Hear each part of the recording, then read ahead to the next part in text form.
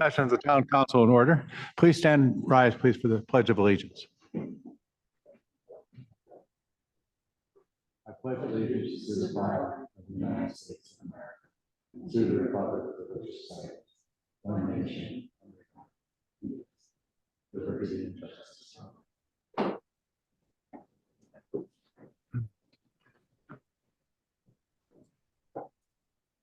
Okay, thank you. We'll start off this evening with the financial report for October. Turn it over to our treasurer. Carla, please. Thank you, Barney.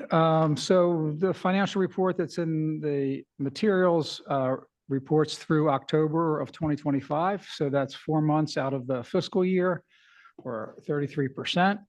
And through October of 2025, our expenditures are outside of the capital expenditures are at about 18% of our budgeted, 22%.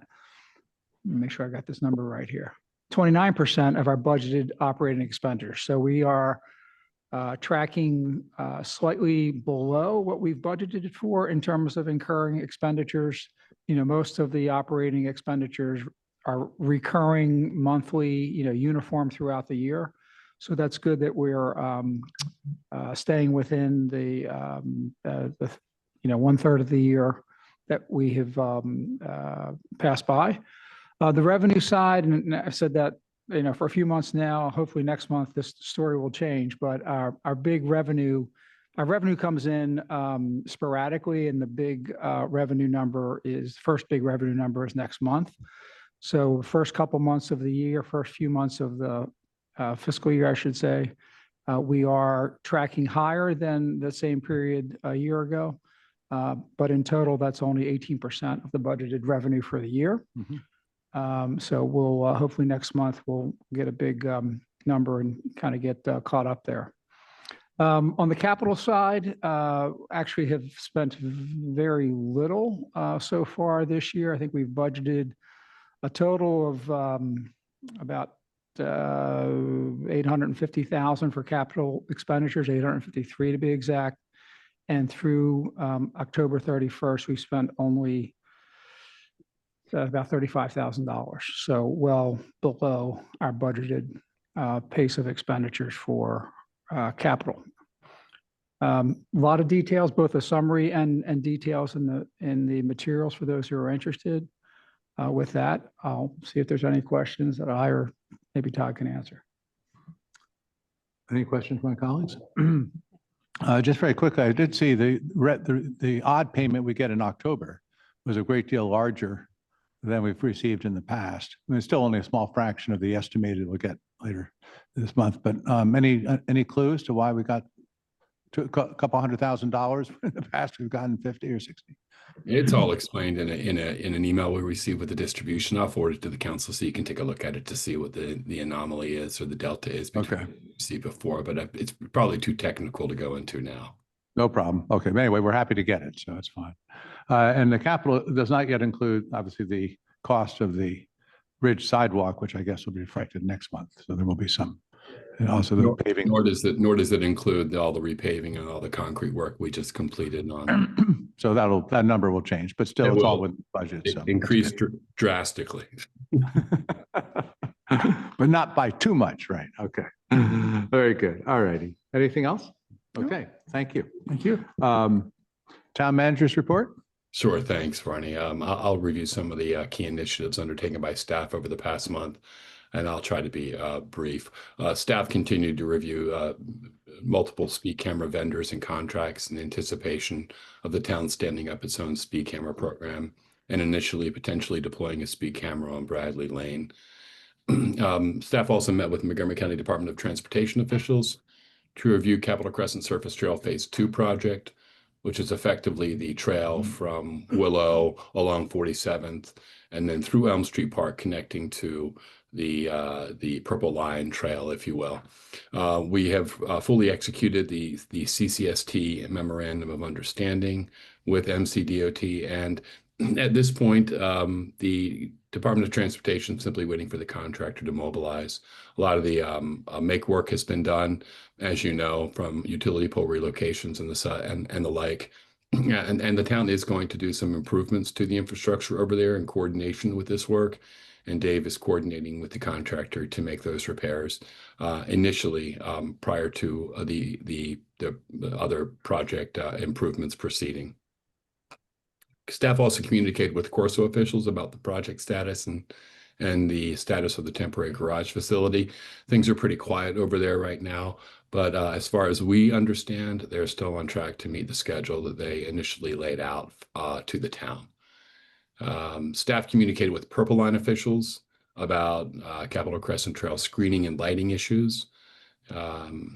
We completed the Ridge Street sidewalk installation. We completed townwide concrete repairs, pavement repairs on Leland Street and Woodbine Street, and the Great Drain replacements in Sycamore Alley. We also submitted our final program open space reimbursement request for Zimmerman Park improvements.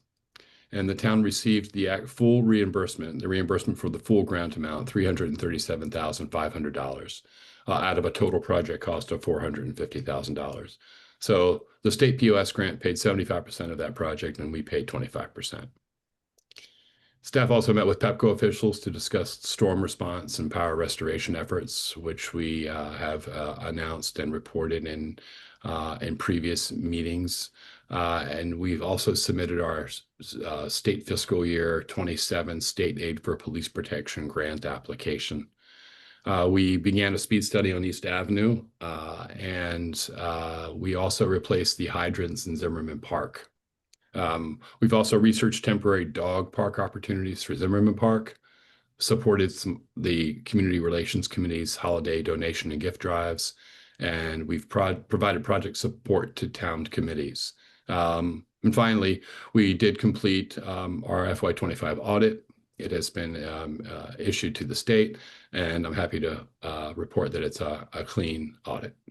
And that concludes staff comments. Thank you. Any comments from my colleagues? Any questions? Thank you for the clean audit. We've gotten used to having clean audits, so it's very boring, but it's delightful. We should never take those for granted. That always requires a lot of careful work to make sure those come across. And also, I think all of us who've had a chance to go by are very pleased with the sidewalk on Ridge and the work that's been done and the care that's been taken to address the concerns of the neighbors who were affected. I think it's great. I've already heard some comments from neighbors, even from some who initially had some doubts about the need for the sidewalk, how much they enjoy having a sidewalk there. So it's great. It's great. Good work. And really appreciate it, Dave, for your sharp oversight of all that. With that, let me open it to public comments. Anybody would like to speak? Please. Sir. Yeah, please go up and give your name and address. Okay.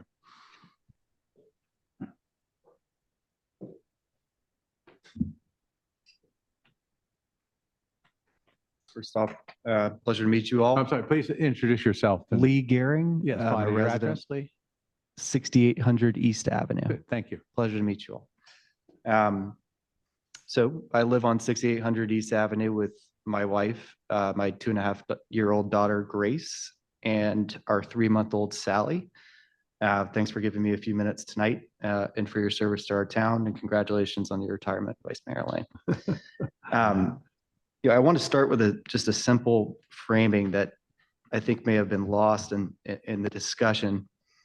East Avenue has had 2 longstanding issues. One is speeding and one is cut-through traffic.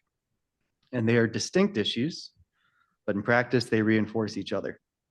When a street carries high volumes of cut-through traffic, that traffic is overwhelmingly rushing to get somewhere, which means they speed.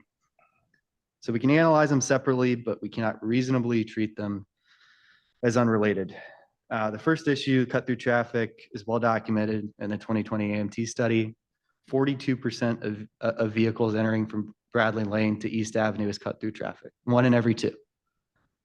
The second issue is speeding. And here, I just want to be respectful but clear that the town's own policies do not require a speed study when significant mitigating factors are present. Both the 2018 speed hump policy and the 2013 traffic restrictions provide 2 pathways for for action. One is based on a speed study, and one is based on significant mitigating factors. Pathway 2 is independent.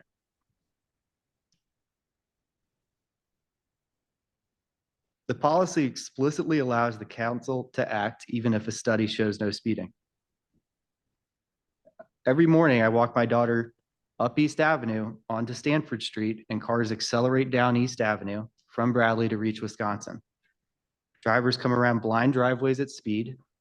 In the afternoon, we unbuckle 2 of our children from car seat while cars fly past us, behind us.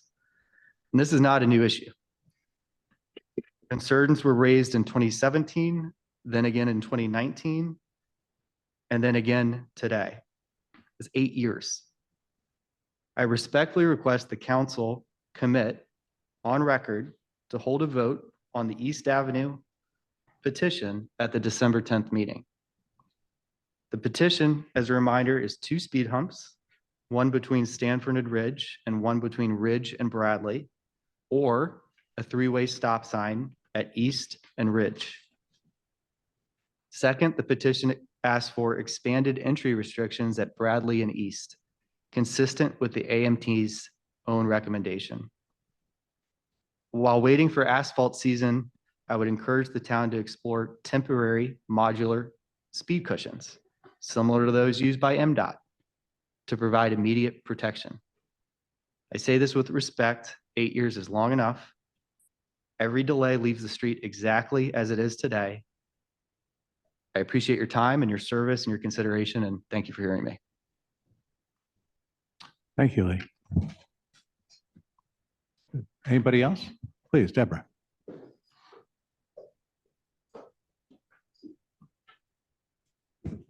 Deborah Vollmer. I live at 7202 44th Street. Some of you may be relieved to know I'm not going to speak about what I spoke about at the last few meetings. That issue apparently has been resolved. But I do have a different concern. This is not a criticism in any way of the council, but as a person who, in my case, I'm a child of a line of immigrants, not in my immediate past, but certainly my ancestors were immigrants. I'm very concerned about what's happening on the federal level with respect to immigrant rights. And I know that the council, Little Town Council, really has very little to say about immigration policy. But I just, with all the reports of ICE going into various communities to round up people, some of whom are even US citizens, I just hope that the council will be very much aware of this issue. And I'm hoping that our local police department under Montgomery County is going to be respectful and protective of immigrants' rights. And I hope that this council can work with the local police to protect immigrants if we happen to see at any point what's happening in Charlotte and other parts of the country where immigrants' rights are being attacked. And I'll leave it at that. I know it's a busy evening. Thank you, Irene, for your service. And I know we'll be welcoming Quinn, and I plan to stay for the reception and then go home and watch the Ken Burns series on the on the Revolutionary War, which is quite interesting, actually. So that's it. Thank you, Deborah. Is there anybody else who wishes to make a comment at this time? Okay, thank you. All right, we'll now proceed to the second part of our meeting, public hearings. The first public hearing is a variance for 7419 Oak Lane. And Ron, can we see your you're dark on our screen there. Time for you to light up. Yeah, my video is disabled by the host. I was having the same problem. Let me see what I was having trouble starting mine, but I don't know what let me try. Ron, don't take it personally. Whoever is from MMC, can you start video?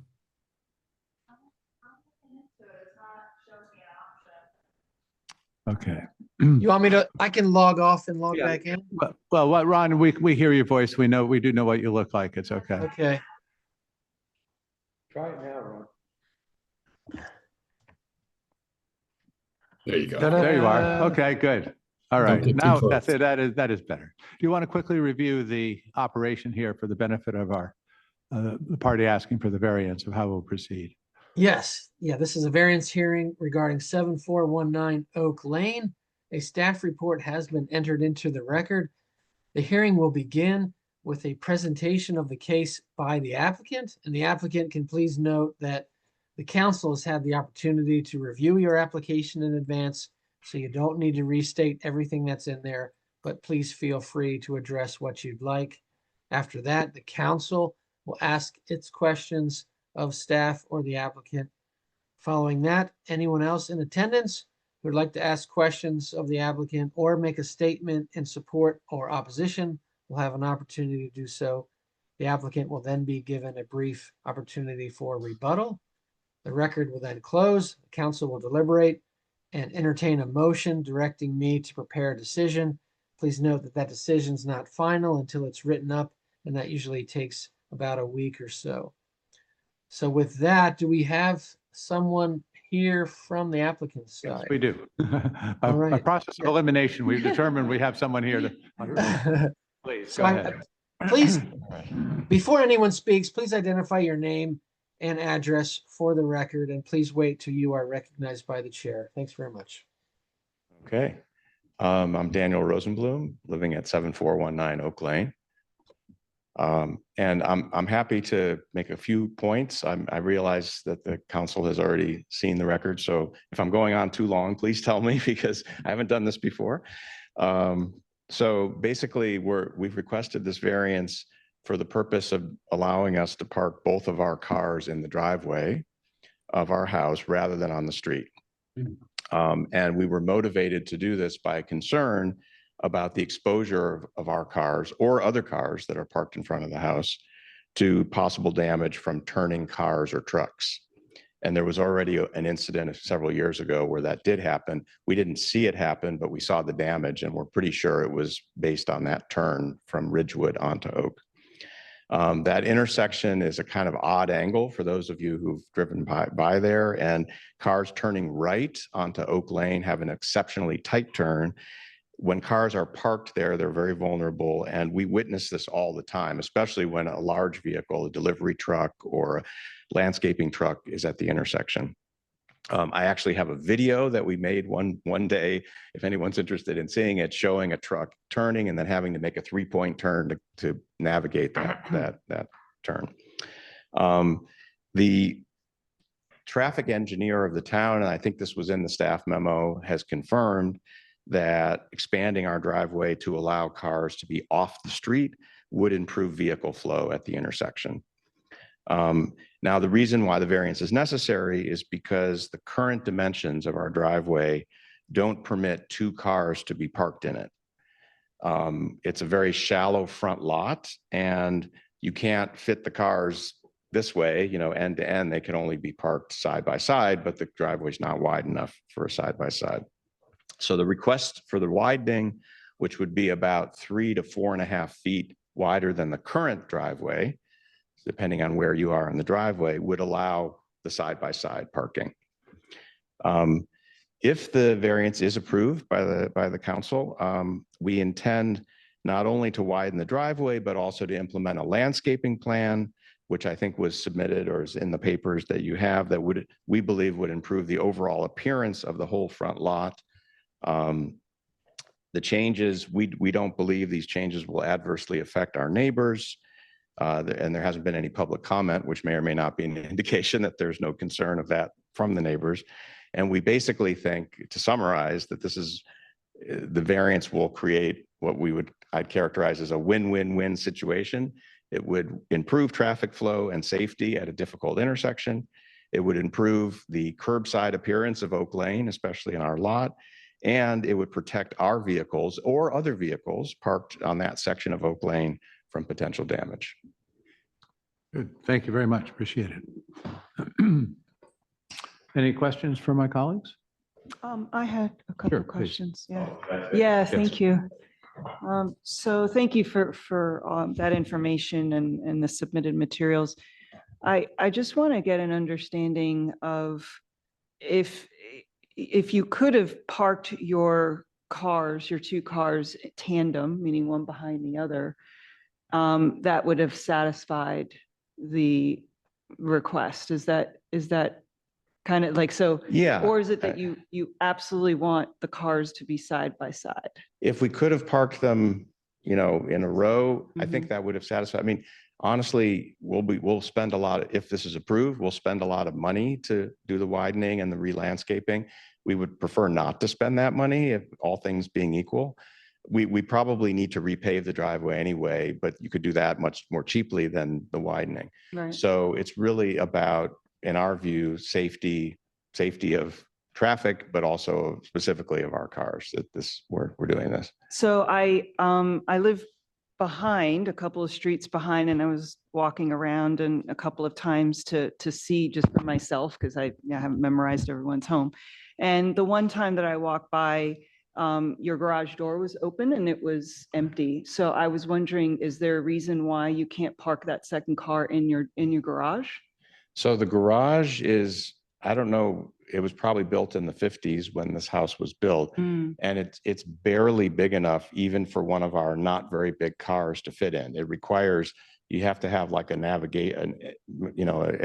be a naval engineer or something to get it in there. I can tell you from having parked it in there. When we're in a situation where we're going to be away for a while, I will take the time to navigate it into the garage, and I usually always have to move things away from it, but it's not a practical option for us to keep one in the garage simply because of the dimensions. Okay. You mentioned several years ago there was an incident. What anything since then, or what happened then? No. So what happened was one of our cars, which at the time our son was driving, was parked on the street in front of the house. Okay. And when he came out the next morning, it had been clipped by something going by. There was a big dent on the side, which I think the car was old enough that we ended up deciding not to get it fixed. But it was pretty clear from the angle of the dent and from where the car was located. We think it was a car trying to navigate that turn that hit it. And that raised our concern level. Okay. Yeah. But nothing since then. Nothing since then, Okay. thankfully. Good. Yeah. Okay, thank you, Irene. Are there any comments from anybody in the audience or anybody on the screen?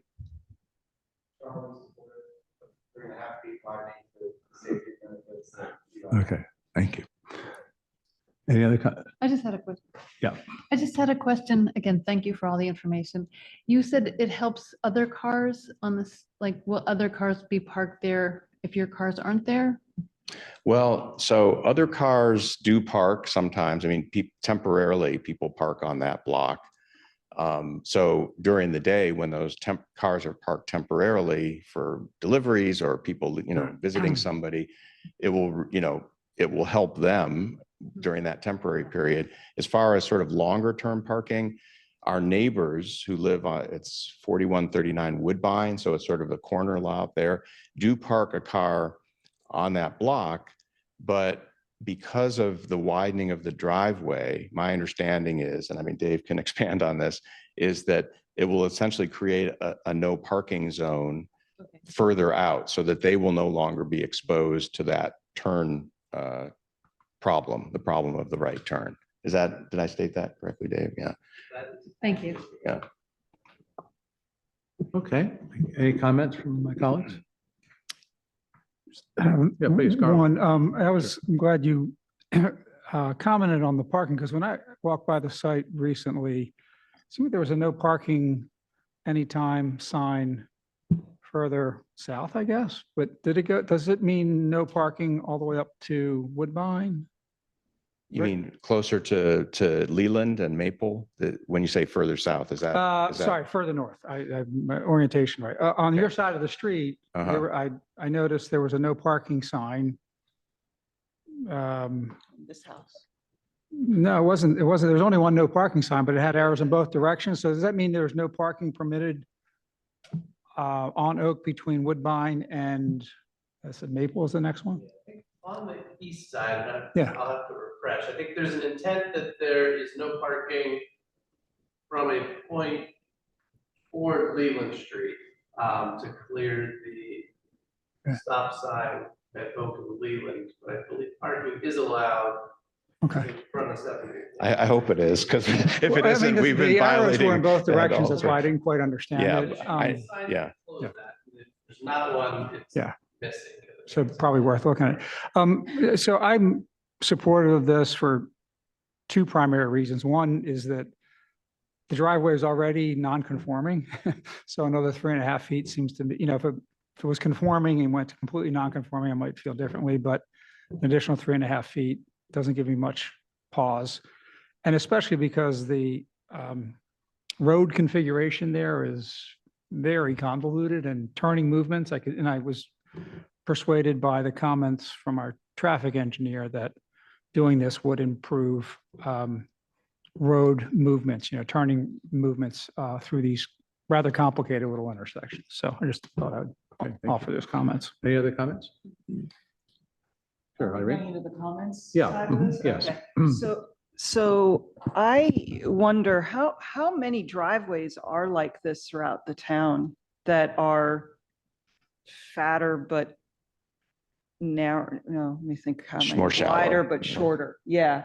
How many, generally speaking, driveways are like this that intended to, have these bigger, wider car, the ability to have like the SUVs park in there, but probably not much more. Just wondering. Yeah, I mean, primarily driveways in the town go next to houses. Yeah. So that's sort of the side yards. There's certainly a fair number that are in front yards. Of those that are in front yards, a lot of them are on houses that are set further back from the street, or, there's a wide right of way where there's room between the sidewalk and the face of the house to park, more than one car. So I don't think there are many driveways in the town where it's short enough to prevent you from getting a second car in the driveway. I will note that there's one right up here on Oak Ridge, near the top of the hill on the east side. And there they have two cars parked side by side, and we permitted them to expand to do that. And it's a similar situation. It's very shallow. They couldn't possibly put one behind the other.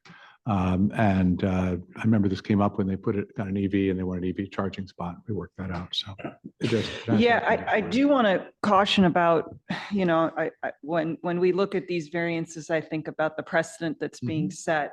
I don't think that there's anything in terms of town that we make sure that people can park two cars on site.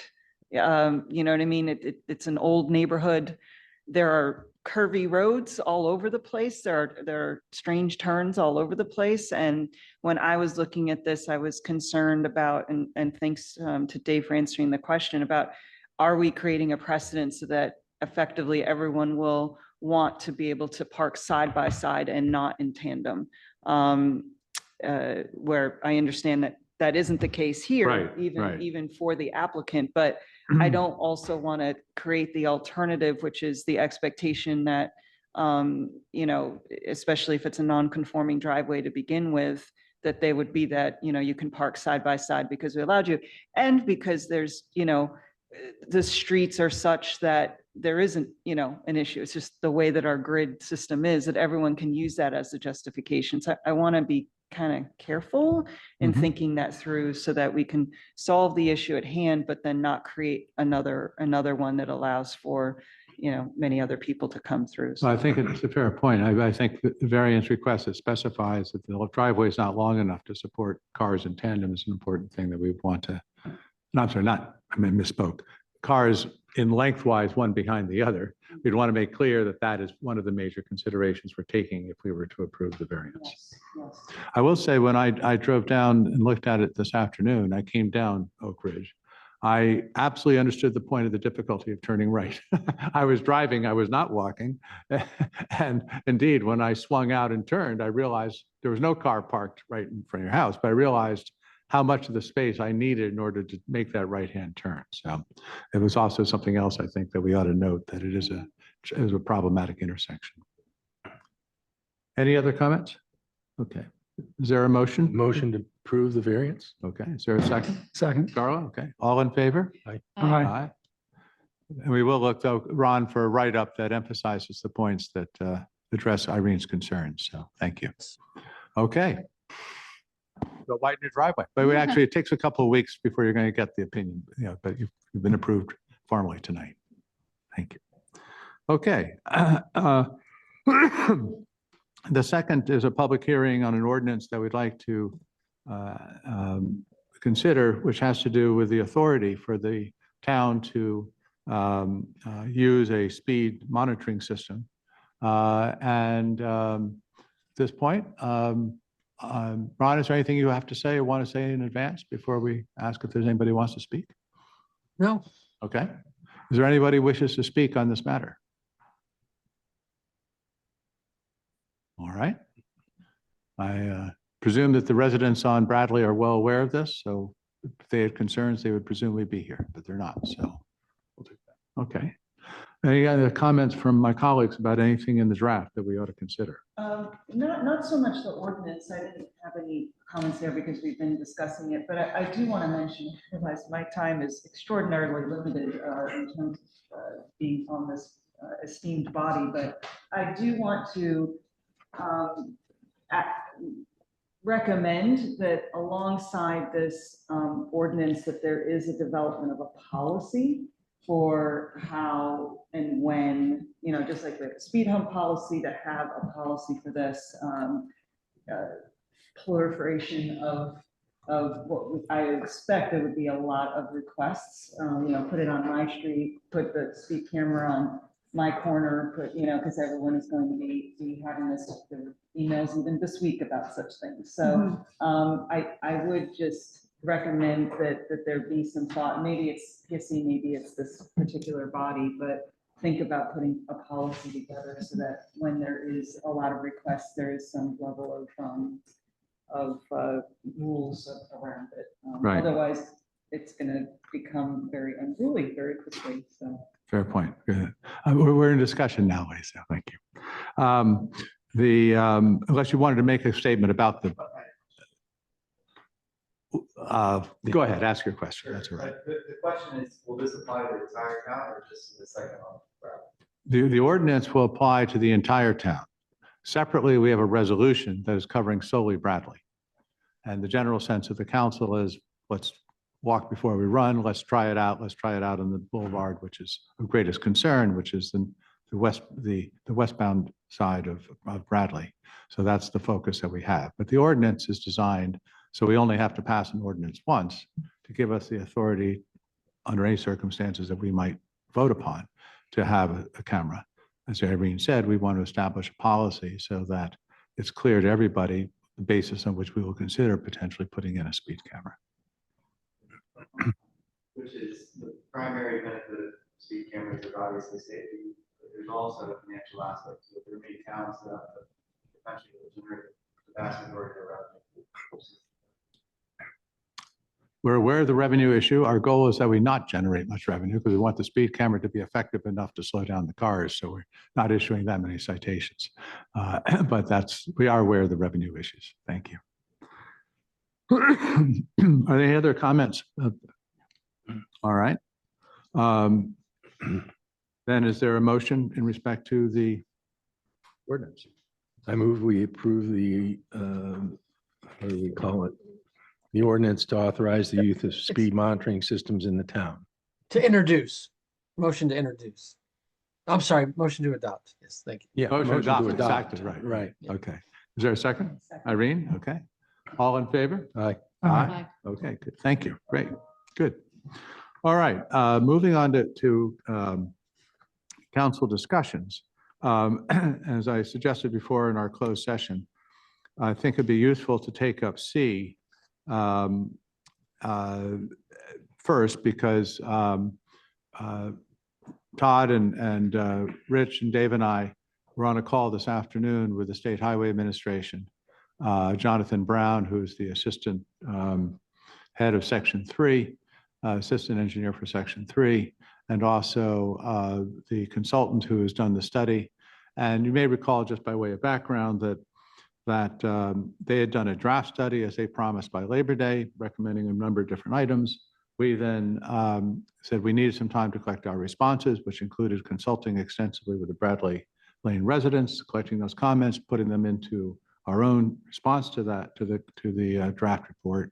That draft we submitted in mid-October, and Todd has been working diligently since then to get the SHA to respond to that letter and actually have an interaction with us. That was achieved finally this afternoon. So before we take up the resolution regarding a camera for Bradley, I think it'd be useful to have some discussion about what ground we covered this afternoon and how that camera would basically intersect with the other traffic control measures that we're talking about on Bradley. Todd, do you want to give a quick summary? And Rich, do you want to join in as appropriate? Either way. Rich? I'm sorry? Go ahead. Either Todd. way. Do you want me to do it or do you want Rich to do it? No, go ahead and do it. Go ahead. Okay. So yes, we were able to meet with the SHA officials today, and representatives from Andrew Friedson's office and Jared Solomon's office were on the call as well. The primary purpose was to review our comments and our prioritized list of improvements that we sent back to the SHA. The three, and we were able to discuss all of the priority improvements as well as intermediate improvements, long-term improvements. But the takeaway from the meeting was our three primary requests were speed cushions, speed tables, whatever you want to call them, on Bradley Lane, a speed camera, and lane narrowing and restriping to narrow the lanes. On those three counts, with respect to the issue of speed cushions, the SHA says they're currently undertaking a pilot program in two other areas of the county to evaluate the effectiveness of speed cushions on state highways. They expect that study to conclude in the spring of 2026, at which time they will determine whether this traffic calming device, these devices, this measure is effective, and determine whether to utilize speed cushions on other state highways as a matter of policy versus just a pilot program.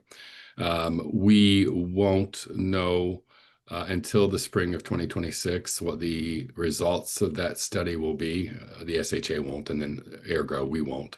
And whether they will determine whether or not to use these devices on other areas, other state roadways in the county.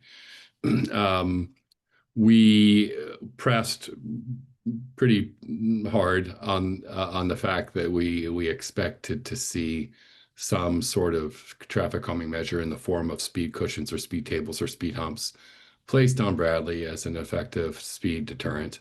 And but we won't see any progress on that front likely until the summer of 2026, after they determine the effectiveness of these and whether they're going to deploy them on other state roadways. We have some promise that not promise from the SHA, that it's promising that they'll likely utilize them. They have seen some success with these in the other areas that are part of the pilot program. And so we will follow up in the spring to determine whether or not the SHA will deploy these on Bradley, and will push pretty intensely, I think, to have them installed on Bradley Lane.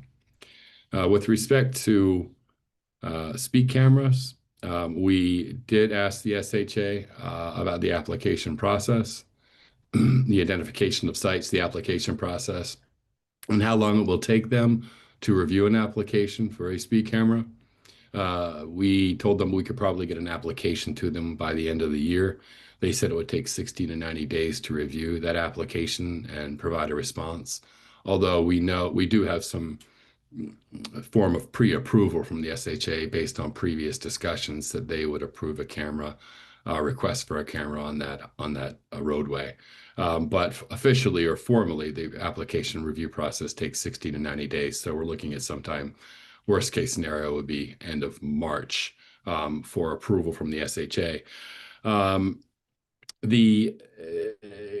Whatever contract we ultimately go with, contractor for speed cameras, we go with, whether it be the current contractor for the village in Gaithersburg and Rockville, or the new county, or the new contractor for the county, they will not begin their portion of standing up our program until they receive approval from the until we receive approval from the SHA to deploy a camera on a state highway. Meaning that that review will not proceed simultaneously to our application for approval, but only following the approval from the SHA for a camera, because the contractor then has to go through a separate permitting process with the SHA, and they have to build a database, and they have to acquire the equipment, install it, test it, and all of the associated requirements for standing up a program like that. So that will only follow SHA's approval of a camera, of our request for a camera. And so after and that is a 3 to 5 month lead time. I'm thinking it probably is closer to 3, hopefully by that time of year. And we can negotiate the contract terms while we're waiting for the SHA to approve a camera. So we can have a contract ready to stand up and execute as soon as the SHA provides approval. But if it takes the contractor 3 to 5 months to stand up a program after SHA approval of a camera, then we're looking at between June and August next summer, at the earliest that we could actually have an operational camera on Bradley. So that was the takeaway from that discussion. And then with respect to lane narrowing, the SHA said they weren't amenable, if you will, I suppose, they were amenable to increasing the edge line along the north side and the south side, for that matter, of Bradley to effectively narrow the lanes by another 6 inches, I believe it is. The edge lines are currently 6 inches, and I believe it might be a total of 12. I think they're going to add another 6 inches to the edge lines to effectively narrow the lanes. But I pressed for the possibility of having them eradicate the current striping so they could also relocate the center line and actually narrow the lanes to 10 feet. They aren't willing to do that until they actually repave the roadway. We asked when that might happen, and they promised they would get back to us with an answer on that as to when that might happen. They're going to evaluate the condition of the roadway to determine when they might when it might need to be repaved, and at that point, the actual relocation of the center line and the actual reduction of the lane width to 10 feet can happen. But in the interim, they're willing to add additional width to the edge line on the north side to further move traffic further from the sidewalk and effectively narrow the lane based on the existing center line. And that is what the takeaway was from that conversation. I can go into intermediate and long term, but I think those are the primary. I just want to focus on the near term. Yeah. Rich, do you have anything you want to add? Yeah, I just want, they were regarding the delay in reconfiguring the street. They were supportive of all of the things that in that realignment. In other words, moving the center line, also increasing the buffer side on the sidewalk side. So they essentially said, you know, in the interim, we're going to do the striping, extension of the striping, but when it is appropriate for the resurfacing to occur, then they will do all of those things that we recommended in the, or they recommended and we want in the study. With respect to lane narrowing, right? That's helpful. I think to me, the sort of the takeaways from this are that in the very short term, there are only, actually there's a third one, which is improving the signage to try to make sure that heavy trucks stay off Bradley. So that's, they're preparing a work order to cover both the improved signage and the widened strip. The strip would become 10 inches instead of 4 inches. So that adds the 6 inches that Todd was talking about. As a practical matter, though, even that they will not be able to undertake until probably March. because the crews that do that are going to be caught up in winter storm work. And also they can't lay down the lines when it's below 40 degrees. So effectively, even that, the most immediate work they can do will be done 4 months from now. And then as Todd laid out, they want to really run the full length of the pilot experiment regarding these speed cushions. What we did emphasize was that from the point of view of the residents and ourselves, we thought that was one of the most promising techniques out there to really curb speeding. And so we were not interested in hearing an answer of, oh, gee, yes, it slowed down the speed a lot in these cushions, but we had problems with snow plows, we had this or that issue, the vendor wasn't so good. Then find a solution with a product that works. Don't tell us you're not willing to do it at all. So anyway, all that for things for us to work on. But I just wanted that to be set out in context because as of today, we don't yet know exactly what the SHA will approve and be willing to do. There was some suggestion from one of the consultants, well, gee, perhaps you want to do some of the things we're talking about today first before you consider a speed camera. I think the sense that at least we had was wait a minute, we ought to push forward with everything we need to be thinking about. And we ought to hopefully solve the problem with a package of improvements. And if we end up with the problem that there's virtually no speeding and we can't figure out exactly what the cause is that there's no speeding, I think we'd all find that to be a very high grade problem that we'd like to have. So anyway, I think as we've said in some previous council meetings, albeit it's still a longer period of time than we would anticipate, the only thing that really remains completely in our control in improving the safety on Bradley is in fact the town going ahead with its own cameras.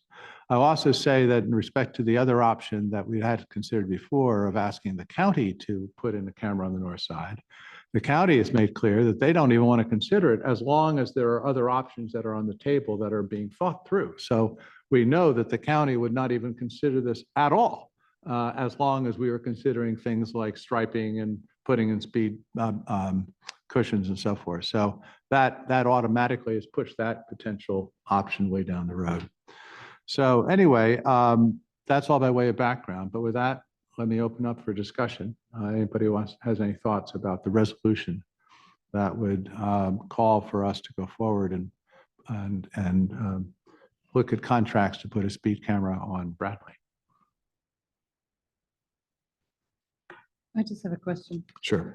I have a question. So to clarify, what you're saying is that State Highway Association is saying that they would reevaluate after we've accomplished all the other measures, the cushions and everything else. Then they would think about it. No, it's the county. The county, if we had wanted to Oh, go the forward. county. I You're mean, right, yeah. yes, I meant the county. So they would reevaluate once they could evaluate how effective all the other Exactly, measures have been. exactly. So Okay. we're looking ahead Yeah. a couple of years. Okay. That's the bottom line of that.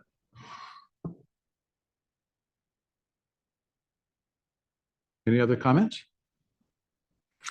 Do we have a sense for how many speed cushions we'd like to see installed on Bradley?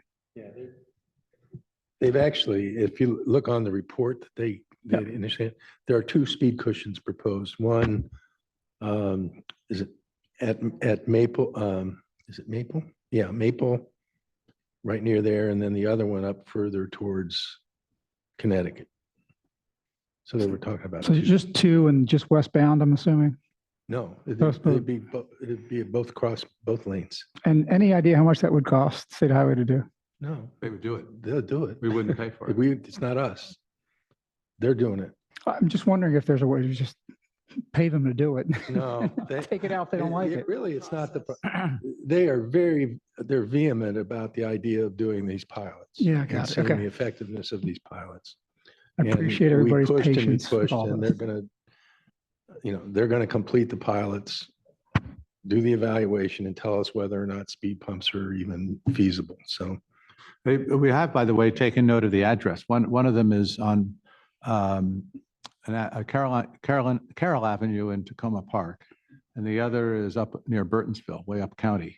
And they did say that the one in Burtonsville was very effective in reducing speeds. They acknowledged that today.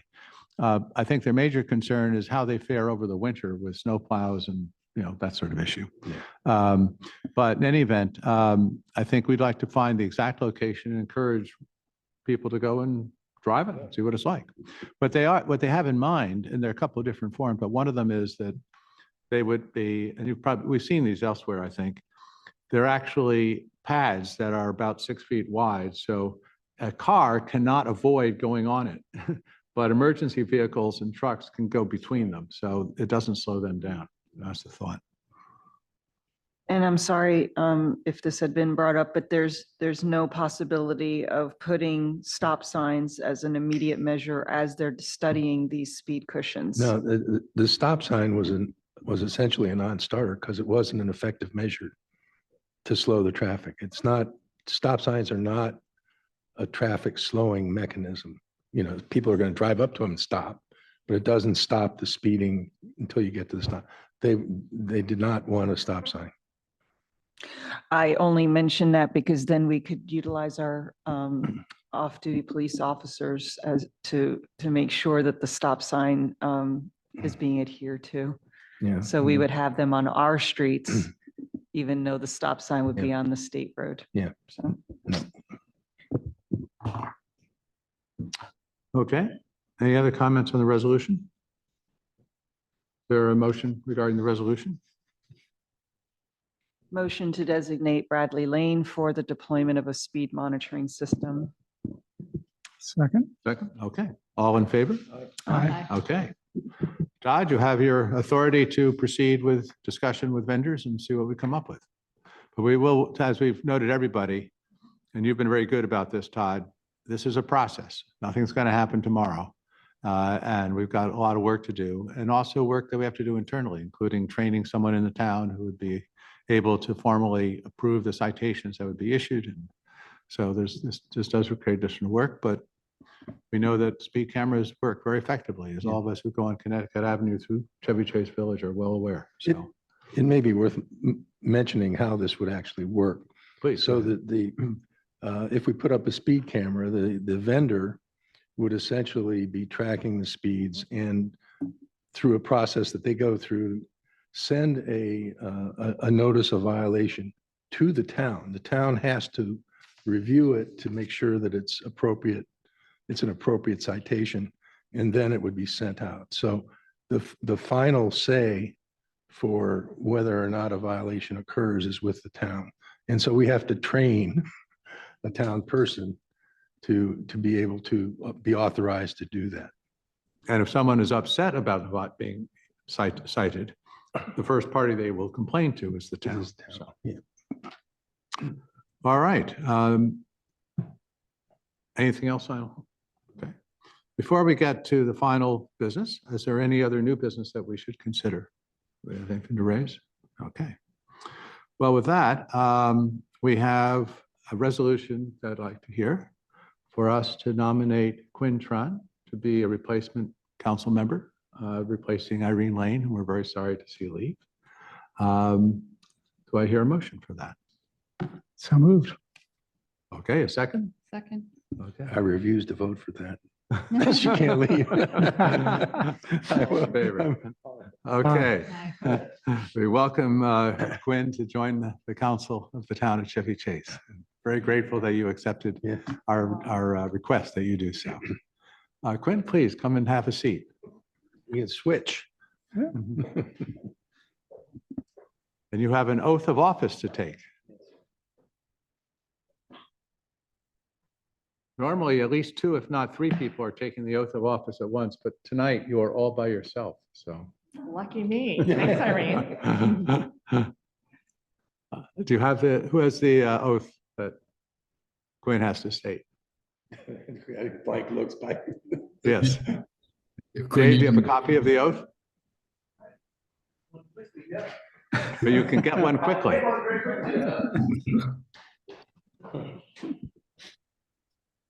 Let me, Sorry. No, it's- Would you like to introduce yourself to the residents that are here that may know? Sure. My name is Quinn Tran. I live on Ridgewood Avenue at the corner of Ridgewood and Thornapple. And my husband and I moved here about, oh my gosh, over 10 years ago with 2 young boys and 2 of our dogs. And the 2 young boys are now in college, so we are empty nesters, although I don't like that term because I come back home frequently and Venmo requests continuously come through. So anyway, I'm happy to have them home. Very thankful of being a part of this community.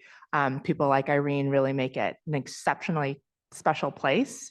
Also helpful to remind us of what we have here, to be thankful for it, especially going through COVID, and having friendly faces that we run into with their dogs to talk to and to feel that you can actually make an impact and influence the very surroundings that you raise your children and your family and you know, live longer in. I don't like using the word aging in place, but anyway, very much appreciate being here and biding time for Dave to find the the oath for us.